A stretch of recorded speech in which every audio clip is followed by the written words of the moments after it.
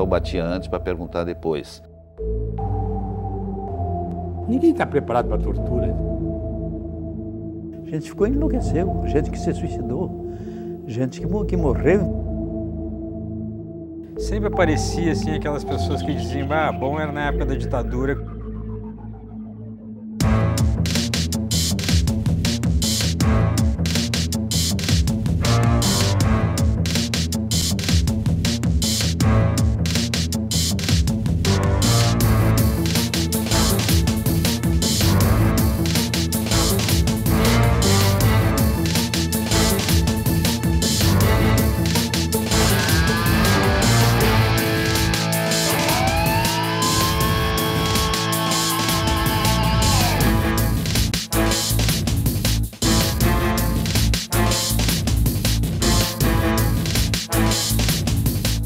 Nos inspiramos naquilo que está sendo feito em Buenos Aires e Montevidéu, marcando todos os locais em que a ditadura produziu tortura, desaparecimento, prisões, enfim, todos aqueles locais que de alguma forma serviram à repressão. Já temos catalogado vários lugares. A meta principal é colocarmos na calçada alguns dizeres, esse lugar foi lugar de tortura.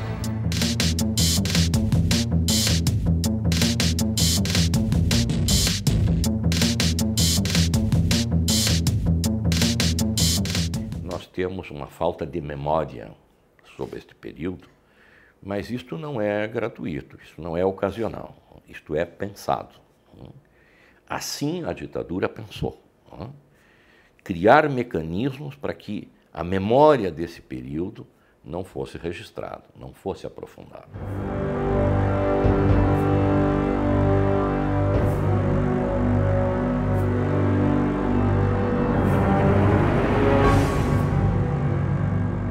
Fui preso e me dirigiram imediatamente para a 10ª Delegacia e, posteriormente, 2 dias depois, fui transferido para a Ilha do Presídio. No total, eu fiquei preso 4 anos e alguns meses. Eu e Osmar Trindade fomos presos, né? Saímos da auditoria militar, ali no Alto da Bronze, ali na Duque de Caxias, saímos dali direto para o Presídio Central. Eu cheguei em Porto Alegre e vi que estavam caçando todo mundo, então ficou um vazio político aqui. Então eu vim para cá, aí me candidatei. Mas aí chegou o dia de eu falar na televisão. Era o horário político. A pessoa falava diretamente, falava como eu estou falando aqui. E dizia o que queria. O microfone estava ali. E eu cheguei lá, pus o meu nome, o número, e comecei. Vão transformar o Brasil numa grande prisão. Numa prisão continental. E quando eu estava dizendo isso, o rapaz como ali me disse assim, olha, apagou a luz, aí tu está fora do ar a estação.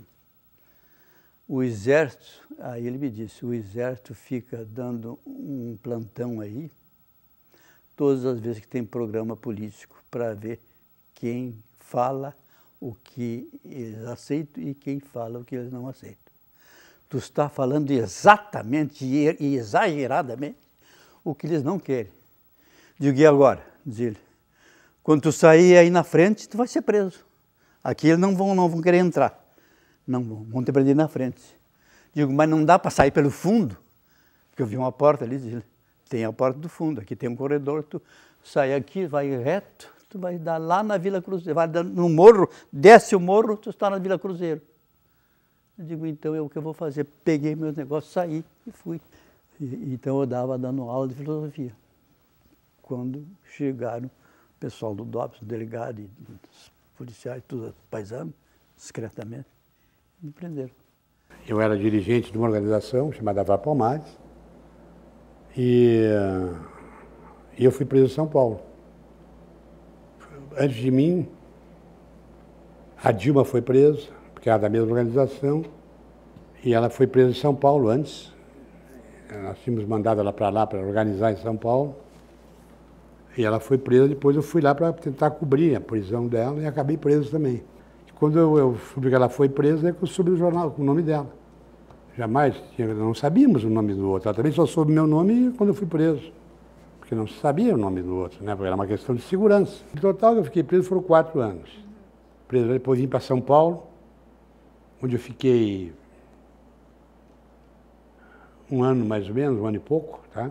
Depois 2 anos mais ou menos aqui, sendo 6 meses na ilha ali, que é essa ilha também na frente ali, e 1 ano e meio mais ou menos no Presídio Central.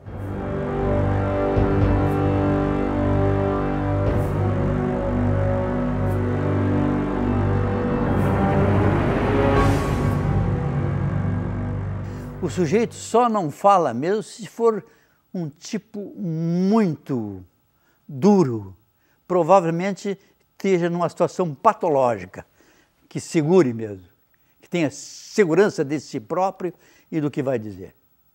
Senão eles vão até tirar, porque eles são implacáveis. Quando te pegava já começava a tortura, no mesmo momento, né? Eu fui preso próximo do campo do Palmeiras, em São Paulo, e já te atiravam dentro de uma caminhonete e eles já começavam a dar choques elétricos, porque eles queriam que tu falasse logo, se não sabiam que teus companheiros iam fugir. Os pichadores apanhavam um pouco. Os que entravam na luta armada eram medianos e os ideólogos eram aqueles que eram mais duros de serem batidos. Eu fazia parte do terceiro grupo, né, a parte mais ideólogo. Então era cognominado sobre esse ângulo o mais perigoso. Eles põem uns fios atados na orelha, aqui, nos pulsos, nas pernas, nos órgãos genitais, e começam a dar a pressão, a voltagem, vai aumentando a voltagem, e vai indo, o sujeito vai indo, e aquilo. E eles perguntando, fala sobre o fulano, fala sobre isso, sabe o quê? E o cônsul americano, qual é a tua participação, o que tu fizeste, quem é mais que participou, além desses que estão presos aí, teu nome está aqui os nomes. Tu vai dizendo, vai dizendo. Eu passei por uma série de torturas, entre elas a que mais pesada para mim, né, foi os famosos telefones que eles estavam, eles botavam uma toalha molhada, principalmente aqui no ombro. Um médico, depois eu fui descobrir que era médico, ele apertava esses nervos daqui e da perna embaixo, e uma dor terrível, sabe?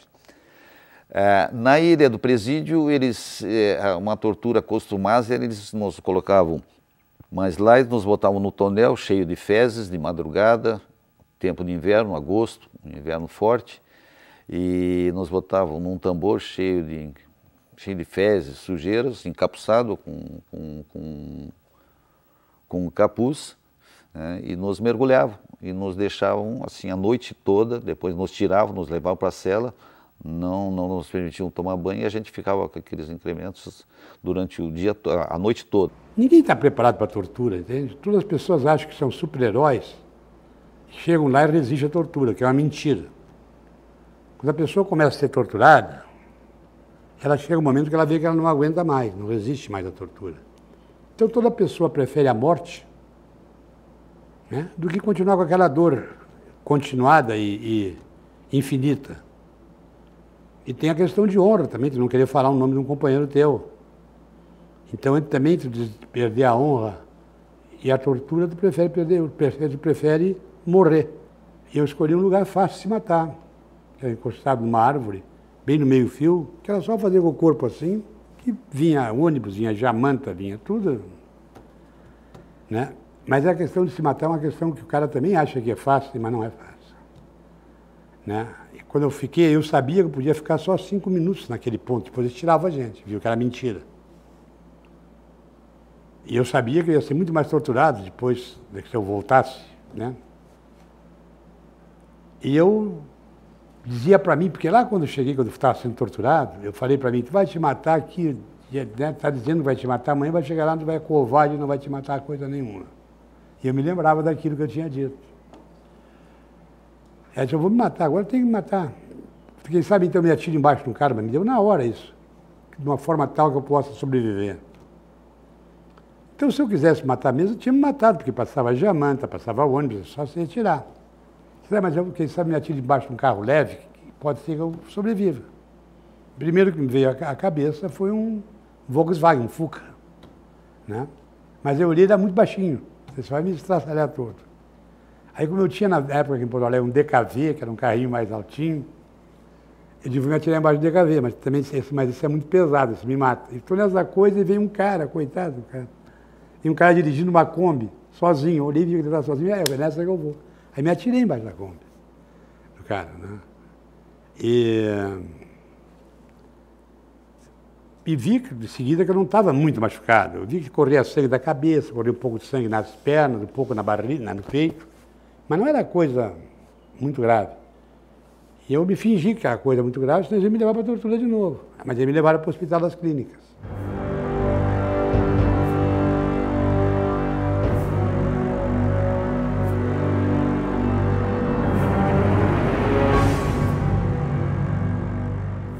Depois de 43 anos de vivência, é que me deu vontade de conhecer a ilha do Presídio, voltar na Ilha do Presídio. Fizemos um caminho pela ilha. E o ápice foi numa das celas, e nessa cela foi onde que eu estive. Então momentaneamente, eu perdi o meu controle emocional, né? Na época eu comecei a chorar um pouco, porque te passa pela retina todos aqueles momentos cruéis que você consegue passar, né? E eu não conseguia assim, as pessoas que estavam juntas, elas notaram. Mas depois as coisas se aprumaram, né? E 3 dias depois eu voltei novamente. A gente não vive isso todo o tempo, entende? Eu fico todo tempo aqui nessa área, estou olhando para a Ilha do Presídio, mas eu não olho para ela mais, já foi, passou. Eu não guardo, né, rancor, não guardo nada daquela época. Aquilo é uma lição, um aprendizado para te tornar mais forte, para poder lutar mais contra essa exploração que existe aí, contra as injustiças.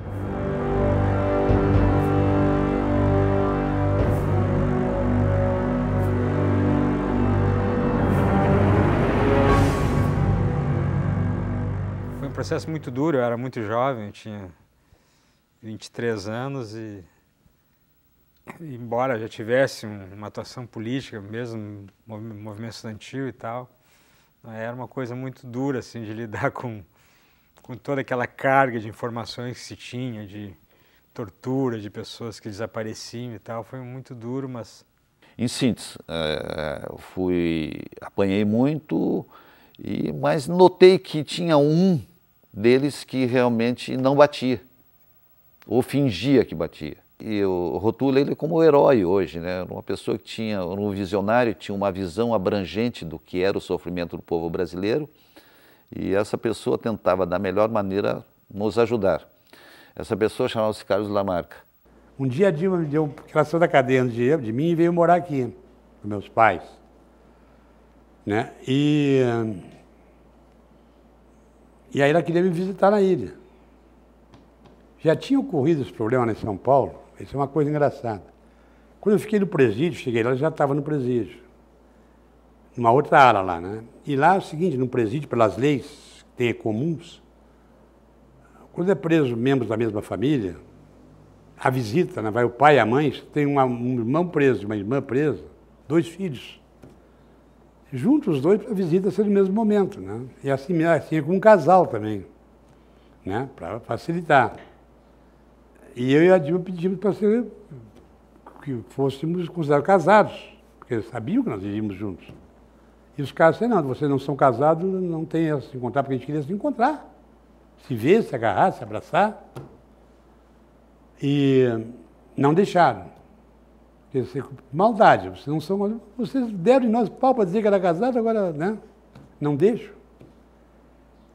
Aí as mães ficaram insistindo, a mãe, até que eles resolveram fazer um processo, ver como é a vida. Resolveram um processo administrativo, abriram o DOPS, em que a mãe da Dilma depôs e a minha mãe depôs, para dizer que nós vivíamos como casados, né? Para então poder ter a visita em comum. Então, na verdade, a nossa certidão de casamento da Dilma foi emitida pela polícia, pelo DOPS. E aí a Dilma, quando conseguiu visitar, me conseguiu um binóculozinho, não sei se ela conseguiu aquilo, mas vagabundo, meio de teatro, não tinha muita profundidade, mas eu ficava olhando o binóculozinho aqui para ver se eu via ela, meus pais em casa, entende? Então eu ia de lá para cá, eu olhava assim, agora daqui para lá, por que eu vou olhar para lá?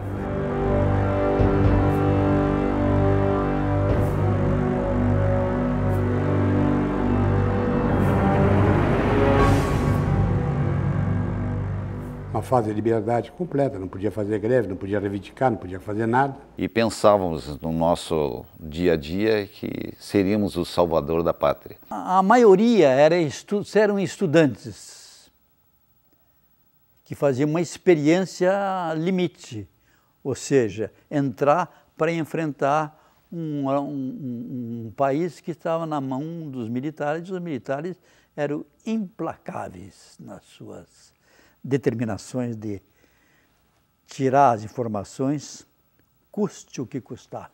Acho que nós fomos um monte de jovens desprendidos, né? Largamos tudo na vida, de uma vida já bem consolidada, e foi uma luta. Então, né, isso a gente tem orgulho, muito orgulho, eu tenho muito orgulho disso, embora reconheça que a gente tivesse equivocado politicamente. Entende? Certamente muitas pessoas já escutaram ou leram referências sobre a ditadura, dizendo que o Brasil foi dita branda. Isto é uma rematada mentira, ela não foi nada branda, ela foi duríssima, mas com muito requinte. Se tu me disseres assim, bom, mas na Argentina tem 30 mil desaparecidos, é verdade. O Brasil foi seletivo. Mas sim, há desaparecidos no Brasil. Entre mortos e desaparecidos são mais de 500. Então, foi dura a ditadura aqui. Muitas pessoas foram vitimadas, muitas pessoas morreram, muitas pessoas perderam a vida pela única razão de não se conformarem com aquele quadro, né, de opressão que a sociedade vivia. O que nós queremos é que todos esses processos da nossa geração, elas não caiam na vala comum do esquecimento. Nós queremos que a juventude saiba que realmente o que aconteceu nesse país. É muito importante resgatar essa história e os locais, né? As pessoas têm que saber que isso aconteceu em vários locais, esses locais têm que ser conhecidos, as pessoas que cometeram atos de vilania têm que ser identificadas, têm que ser processadas, não se pode dizer que houve uma guerra, os dois lados, não sei o que, não é isso. Houve uma guerra em que um lado oprimiu e um lado reagiu.